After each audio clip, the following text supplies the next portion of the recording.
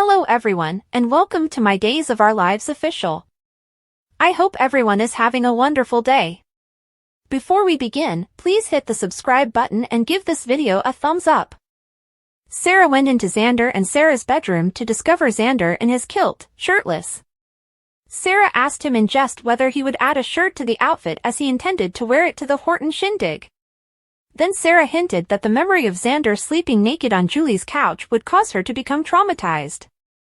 The remark made Xander think of how Jack had provided him with a place to stay when he was struggling. Xander bemoaned losing his best buddy of all time and betraying Jack.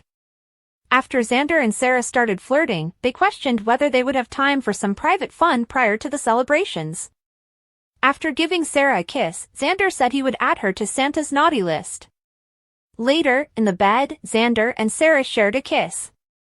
"Christmas has started off really well," Sarah said. In an attempt to boost the spirits, Xander took a wrapped gift from beneath the bed. He asked Sarah to open it right away. Sarah discovered a pair of red sneakers as she opened the gift. Xander clarified that he had recalled the incident in which Mickey had given Maggie a pair of the same shoes after she had struggled to walk once more. Xander reasoned that since Sarah had just had her miracle, she should have her own red shoes to mark the event. Sarah laughed while crying and said that she had simply given Xander an air fryer. Holly showed Maggie a gift she got for Tate downstairs at the Kiriakis estate. Maggie also gave Holly a present. Maggie informed Holly that the gift had just arrived from Paris and Nicole, correcting her assumption that it had come from her grandmother. Holly later thanked her mother over the phone for the perfume gift. Admire Days, B&B, General Hospital, or other soap operas. Participate in the discussion on our SC boards. To interact with fans and start a conversation right away, click here. Holly collected up gifts and told Maggie that she would be seeing Tate shortly to exchange gifts after wishing Nicole, Eric, and Judah Merry Christmas and hanging up the phone. Maggie got her granddaughter to pledge to come to the Horton ornament hanging before Holly left. Maggie later welcomed Sean, who had visited Victor at the mausoleum. He handed Maggie a gift as well. Maggie unwrapped the gift, a framed picture of her and Victor. She hugged Sean while crying and referring to it as the perfect gift. She thought back to the time the photo had been taken. Until Maggie threatened to invite all of his ex-wives to the estate, Victor had not smiled. With a smile, Sean complimented Maggie on her ability to always keep Victor in line. Sean was still in shock that Victor's death had been caused by Constantine.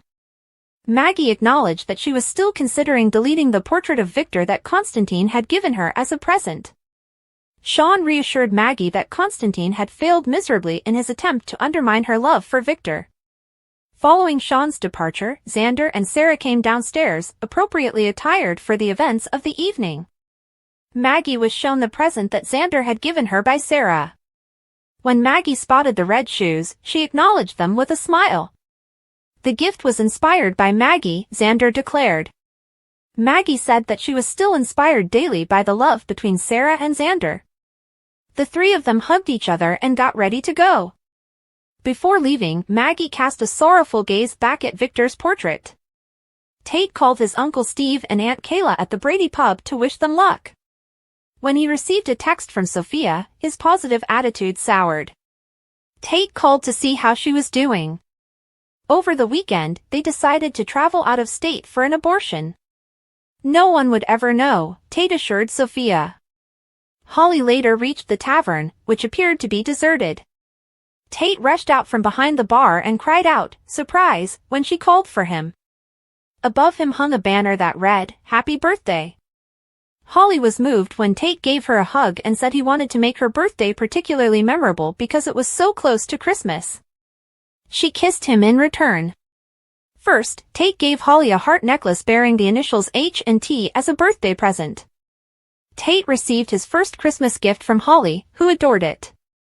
When Tate saw that his favorite band will be in town for one night only, he was thrilled. When Holly disclosed that the concert would take place on Friday night, the night Tate had planned to go with Sophia, Tate's enthusiasm vanished.